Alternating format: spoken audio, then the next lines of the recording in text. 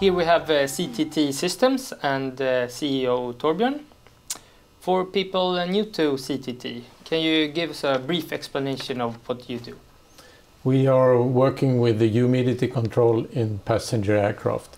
We make humidifiers for long-haul aircraft, especially for cockpit, crew rest, business and first class. Then we make dehumidification or drying system to take away the condensed water on the aircraft fuselage and the insulation blankets. And we look at the second quarter here. It was the best so far for you. What was the main driver of this great result? We had increased sales in the OEM business. It means our sales to Boeing on the 787 and on Airbus on the 350. We had strong US dollar, and we also had a lot of sales in the aftermarket because the population of our products in the aftermarket is constantly growing. And if we'll stay a little bit at the aftermarket here, because I know that it's better margins in the aftermarket, and from an initial sale to reaching the aftermarket, how long does that take normally? If we deliver a humidifier to Boeing today, it will take Boeing about half a year to install the humidifier in the aircraft and deliver the aircraft to the airline. Then the airline is flying the aircraft, for example, for a year, about a year. Then they have to replace the consumable in the humidifier, which is a pad.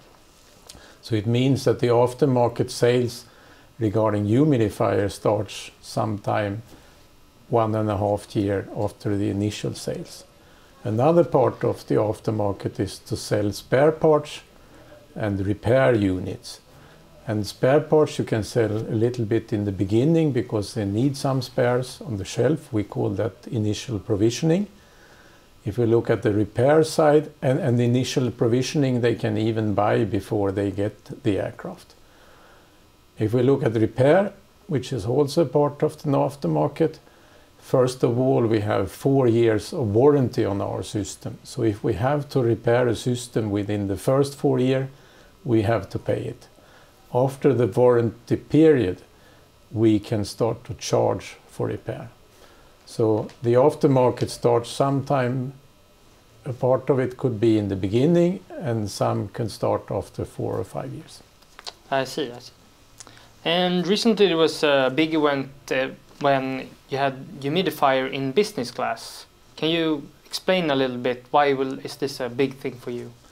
We started to develop humidifiers for business class actually in the beginning of 2000. We made a test system together with Munters and SAS, and it was flying on a 767 in the SAS fleet.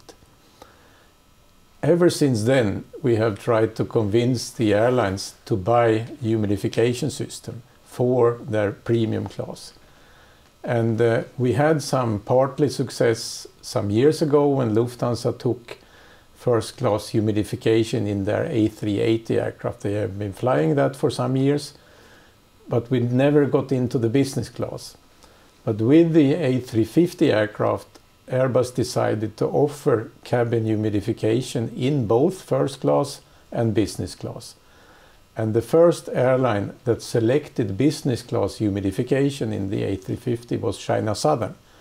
And they did that some 1.5 years ago. They decided to install it, and they took delivery of the first aircraft in the end of June.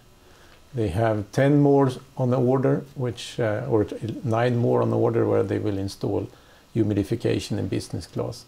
So I have been dreaming about that day for more than 15 years to have the first aircraft flying around with our humidification system in business class. Therefore, it was a big day. I see. And if we look at the other product group you have is the dehumidifier, which isn't as successful last quarter as the other humidifier. Can you tell us a little bit about why and what do you see ahead? So far, the dehumidification system is selling good because we delivered to the 787. But about a year ago, Boeing decided to not installing the dehumidification system in 787. They will stop doing that by the end of the year. And that was bad news. So on the dehumidification side, it's a little bit more challenging than on the humidifier side. To compensate, and we have always tried to sell dehumidification into the little bit smaller aircrafts like the 320 family and the 737 family. And that is actually the big market for dehumidification. It will be about 70% of all aircraft will be in that size. And there we are trying hard to get optional status by Airbus and Boeing for that system.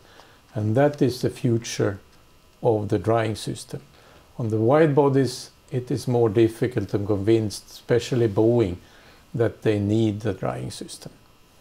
So we have a little bit of a challenge in the drying system, but there is a lot of things that tells for the drying system. First of all, the airlines fly with the narrow bodies with more and more passenger. They fly longer and longer distances. That drives condensation. Then the airlines get more and more of a pressure from the public to do everything they can to reduce emission. And to reduce emission, you have to save fuel, and it means you have to save weight. So I think the general public will not accept that the airlines carry around a lot of condensed water. So I think the future is talking for the drying system. How quick it will go, we will see. And then a final question. Just some days ago, you sold your electronic site in Gustavsberg. And if you could say why and... It is, we did buy that site from a person that had to retire, and it's some years ago. At that time we were so dependent on the electronics parts from there, but the big part of their business was to sell audio system to Saab, and that is Saab reconnaissance aircrafts, military aircraft. And that is not our core business, and we didn't want to invest in that area. We invest in our core business. So we decided some 1.5, 2 years ago to move the facility from Gustavsberg to the headquarters in Nyköping to have the engineers at the same place. Unfortunately, the people in Gustavsberg didn't want to move to Nyköping, which I don't understand. But anyhow, so we decided to close that facility and build it up in Nyköping. But at the same time, we came in contact with ÅF that wanted to build up a facility like that. So we had a typical win-win situation.